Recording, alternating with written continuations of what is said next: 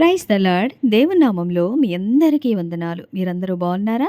మీరందరూ బాగుండాలని నా అనుదిన ప్రార్థనలో జ్ఞాపకం చేసుకుంటున్నాను. ప్రియ సహోదరి, సహోదరుడా, ఈరోజు మన విశ్వాసాన్ని బలపరుచుకునే మాటలుగా కొన్ని మాటలు మాట్లాడుకొని దేవుని నామాన్ని ఘనపరిచే వారంగా ఉందాము. మరి ప్రియ సహోదరి, సహోదరుడా, మన ప్రార్థనా జీవితం ఎలా ఉంది? ప్రతి విషయంలో ప్రార్థన మానక చేయాలి కదా! మన విశ్వాస జీవితాన్ని బలపరుచుకునే వారంగా ఉన్నాము. సమయం దొరికినప్పుడల్లా దేవుని మాటలు మాట్లాడే విధంగా ఉన్నాము. మరి దేవుణ్ణి ఎలా అడగాలి మనము? ప్రతి విషయంలో అడగాలి. ఎలాంటి పరిస్థితినైనా దేవునికి అప్పగించాలి మనము. దేవునికి మన జీవితాలపై అధికారం ఇచ్చే రీతిగా ఉండాలి. క్రైస్తవ బిడ్డలమంటే మనము ఎవరిపై ఆధారపడకూడదు. ఈ లోకం మీద కానీ, లోకం మనుష్యుల మీద కానీ, మన కుటుంబ సభ్యుల మీద ఏమాత్రం ఆధారపడకూడదు. మనం చేసే పని మీద కూడా మనం ఆధారపడకూడదు. ప్రతి విషయంలో దేవునికి అధికారం ఇచ్చే బిడగా ఉండాలి.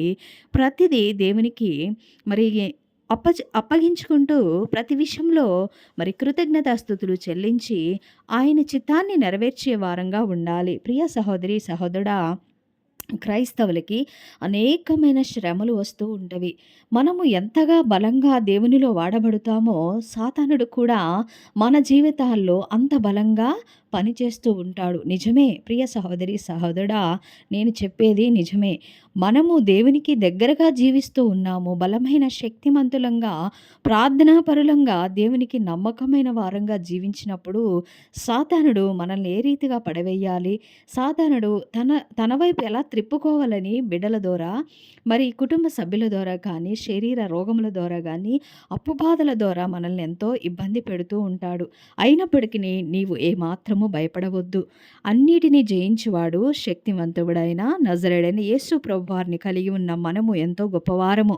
ఏమాత్రము భయపడక, నేనెంతగా ప్రార్థన చేసినా ఈ శ్రమ పోవడం లేదు, శ్రమ ఎమ్మటి శ్రమ నాకు ఇబ్బందులు పెడుతూ ఉన్నవి, నా ప్రార్థన ఎటుపోతుందని నువ్వు ఏమాత్రము అవిశ్వాసంగా ఉండవద్దు.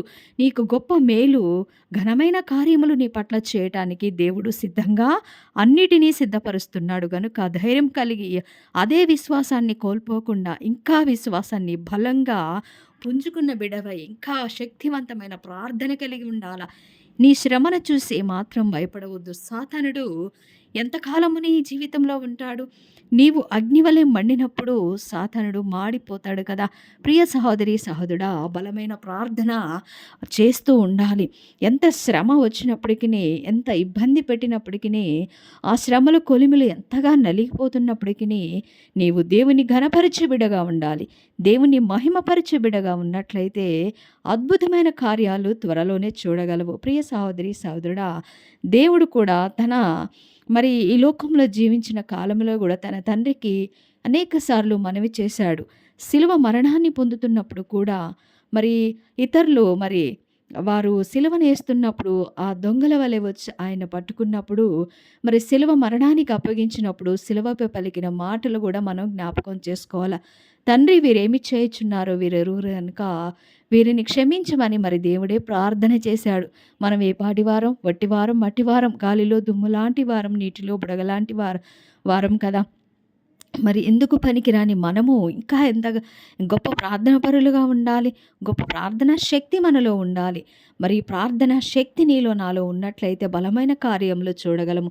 ఈ లోక శ్రమలను చూసి భయపడి సాతానుడికి నీ జీవితంపై ఏమాత్రమూ అధికారం ఇవ్వవద్దు. శక్తివంతమైన దేవుడు, బలవంతుడైన దేవుడు, నీ కొరకు నా కొరకు ప్రాణం పెట్టిన దేవుడు మన పక్షాన నిలబడి ఉన్నాడు గనుక బలమైన ప్రార్థన కలిగి నీ ఉండాల.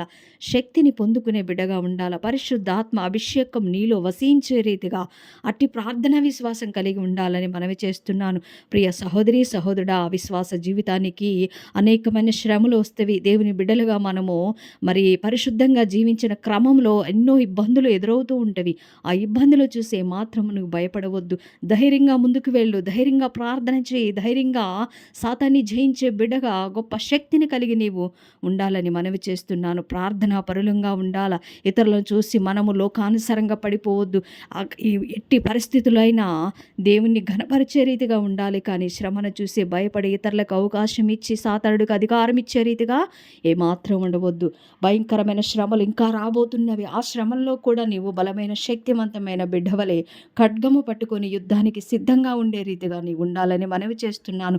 ప్రియ సహోదరి సహోదరుడా, ఈ శ్రమలు జీవితకాలం ఉండేవి కాదు. ఈ శ్రమల కొలిమిలో నుంచి దేవుడు నిన్ను ఒక నూతనమైన ఒక గొప్ప బిడ్డగా నిన్ను మరి సృజించబోతున్నాడు. నీ పట్ల గొప్ప కార్యాలు చేయాలని మరి దేవుడు ఎంతగానో ఎదురు చూస్తున్నాడు. అనేకులకు మాదిరికరమైన జీవితాన్ని గొప్ప పాత్రగా నిన్ను వాడుకోవాలని దేవుడు చూస్తున్నాడు. ఈ శ్రమల కొలిమి నీకు నాకు రావడం ఎంతో అవసరం. ఈ శ్రమల కొలిమిలో నుంచి దేవుణ్ణి మరి స్వచ్ఛమైన జీవితాన్ని జీవించి దేవునికి దగ్గరగా జీవించి అనేకుల్ని రక్షించే రీతిగా, అనేకుల కొరకు ప్రార్థన చేసే రీతిగా అనేకమైన అద్భుత కార్యాలు నీ ద్వారా జరగబోతున్నాయి కనుక ప్రార్థన ఏమాత్రం నిర్లక్ష్యం చేయొద్దు, అలక్ష్యము చేయొద్దు. ఏమాత్రం అల్ప విశ్వాసం నీలో ఉండొద్దు. గొప్ప ప్రార్థన కలిగి నీవు ఉండాలి. గొప్ప విశ్వాసం కలిగి ఉండాలి. అనుదినము వాక్యాన్ని చదువుతూ ధ్యానిస్తూ వాక్యం ద్వారా దేవుడు నీతో ఏం మాట్లాడుతున్నాడు ఆ మాటలను కూడా నెమరవేసుకొని నీ జీవిత ప్రయాణం కొనసాగించినట్లయితే దేవుడు గొప్ప కార్యము నీ పట్ల నెరవేర్చాలని ఆశపడుతున్నాడు. అట్టి ఆశను తీర్చగలవా ప్రియ సహోదరి సహోదరుడా? నీ జీవితంలో గొప్ప అద్భుతమైన కార్యాన్ని చేయాలని దేవుడు చూస్తున్నాడు. మరి ఆ కార్యములు మరి చూడటానికి నువ్వు సిద్ధంగా ఉన్నావా? ఇంకా ఓర్పు సహనం కలిగి ఉండాలని మనవి చేస్తున్నాను. ఇదే ప్రార్థన, ఇదే విశ్వాసాన్ని ఇంకా కొనసాగించు. ఏ శ్రమ వచ్చినప్పటికీ నీ మాత్రం నువ్వు భయపడవద్దు. భయపడినంత మాత్రాన్ని నీ శ్రమలేమీ పోవు కదా. ఇంకా ధైర్యం కలిగి దేవునిలో ముందుకు సాగినట్లయితే గొప్ప నూతనమైన బిడ్డగా, నూతనమైన పాత్రగా నీవు వాడబడగలవు. నీ ఆశ ఉంది కదా, దేవుని సేవ చేయాలని, దేవుని పరిచర్య చేయాలని, దేవుని బిడ్డగా జీవించాలని నీలో ఉంది కదా. అట్టే విశ్వాసాన్ని నీవు బలంగా ముందుకు వెళ్ళినట్లయితే గొప్ప కార్యములు చేయగలవు. ఎవరు ఊహించని రీతిగా, ఎవరు అనుకోని రీతిగా ఒక పాత్రగా నిన్ను దేవుడు వాడుకోబోతున్నాడు. ఈ క్షణమే మోకరించి, ఈ క్షణమే దేవుని అడుగు, దేవుని శక్తి అడుగు, దేవుడి జ్ఞానమును అడుగు, దేవుని బలమును అడిగి, పరిశుద్ధాత్మ బలము శక్తిని నీవు అడిగి పొందుకున్నట్లయితే గొప్ప కార్యములు చేయగలవు. ఇతరుల కోసం అనేకమైన ఇబ్బందులు పడుతున్న వారి కొరకు నువ్వు బలమైన ప్రార్థన చేయగలవు.